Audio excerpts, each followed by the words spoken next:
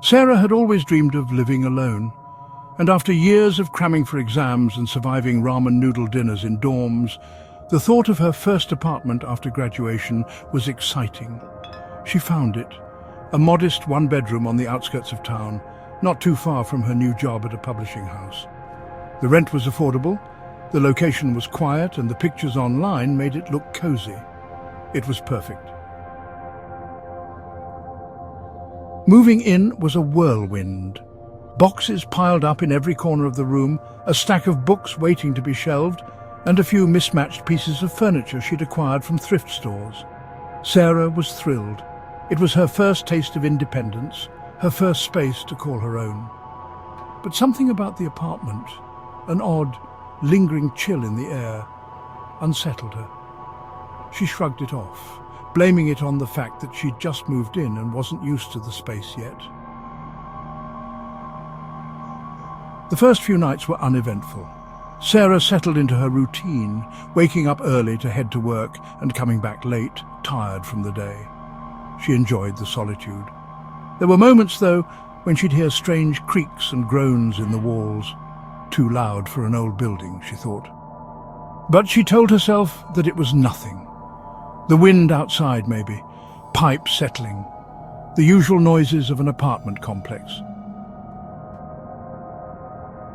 That was until the night she came home to find something that made her skin crawl. It was a Tuesday. The weather had been stormy all day, and the wind howled through the cracks in the old windows. Sarah had been at work late, editing a manuscript.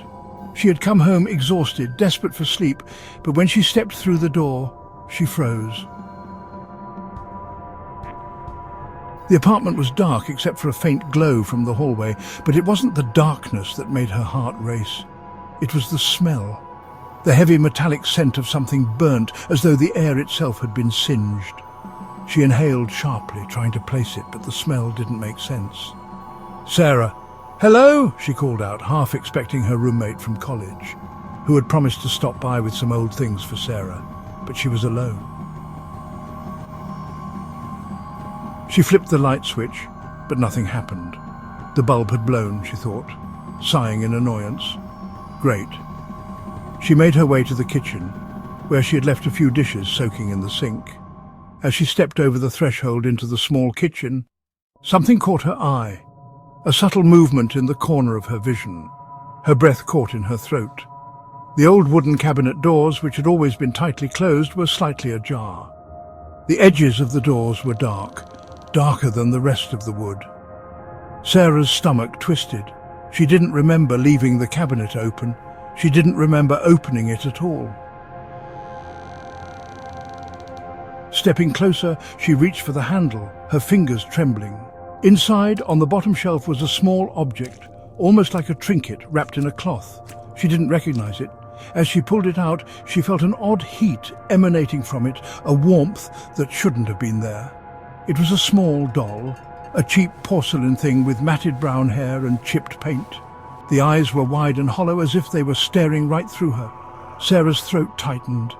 The doll seemed wrong. She didn't know why, but it gave her the kind of unease she couldn't explain. She shoved the doll back into the cabinet and slammed the doors shut. "Sarah, okay, this is too much. I'm tired. I'm overthinking everything. This is nothing." She left the kitchen and headed to her bedroom, trying to shake off the feeling of dread that was creeping up on her. It was just a doll.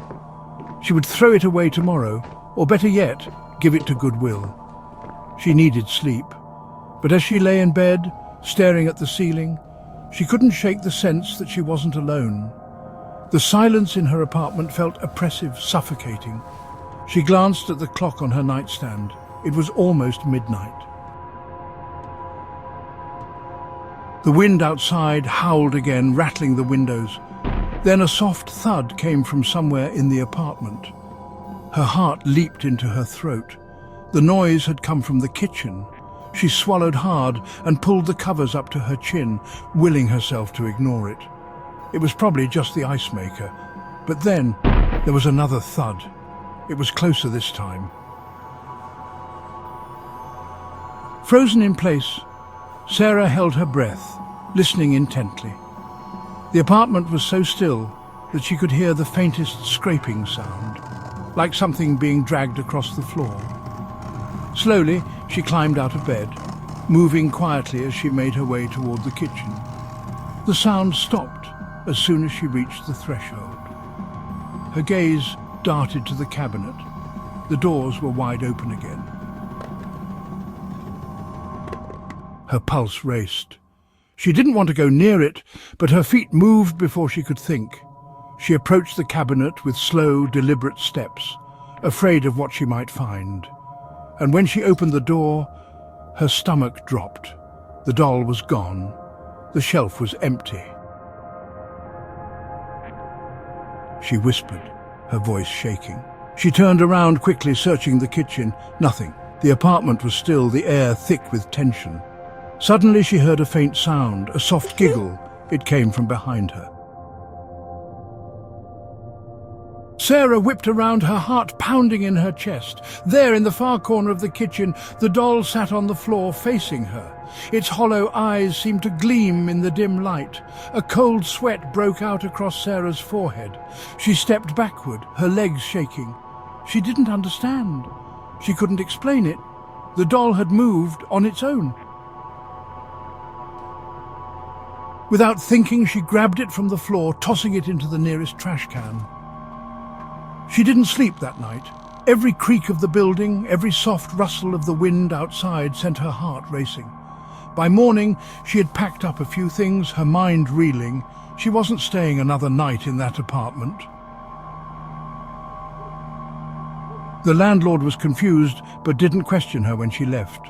She moved back in with a friend, terrified of the apartment she had rented. She never told anyone the full story. How the doll had moved on its own, how it had felt like the apartment was watching her. But every time she thought of it, a chill ran down her spine. Somewhere she was certain that doll was still there, waiting, watching. Years later, Sarah finally found peace. She had moved far away, gotten a new job, and built a new life. The memories of the doll had faded into the recesses of her mind, and she convinced herself that it was just a trick of her imagination. That was, until she found a dusty old book at a thrift store. Curious, she flipped through the pages until something caught her eye. A photograph of the exact same doll she had thrown away years ago. The caption read, "A cursed relic of the Morrigan family, believed to possess the spirit of an ancient being who seeks to claim the soul of anyone who owns it." Her hands trembled as she read the passage aloud, a knot forming in her stomach. The Morrigan family had been known for their dealings with dark forces, and the doll was their final creation, an object to trap a powerful spirit. It was said that once the doll found a new owner, the spirit would slowly begin to take over, growing stronger with each passing day. Sarah was horrified. The doll wasn't just some lost object. It was a tool of something far more sinister. Her soul had been its target all along. The realization hit her like a brick. The doll was still out there, looking for its next victim. And maybe, just maybe, it would come back for her.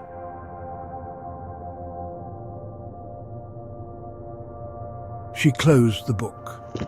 The cold sweat on her palms now mixing with the creeping sensation that the doll's curse had never truly left her, and it may never leave her.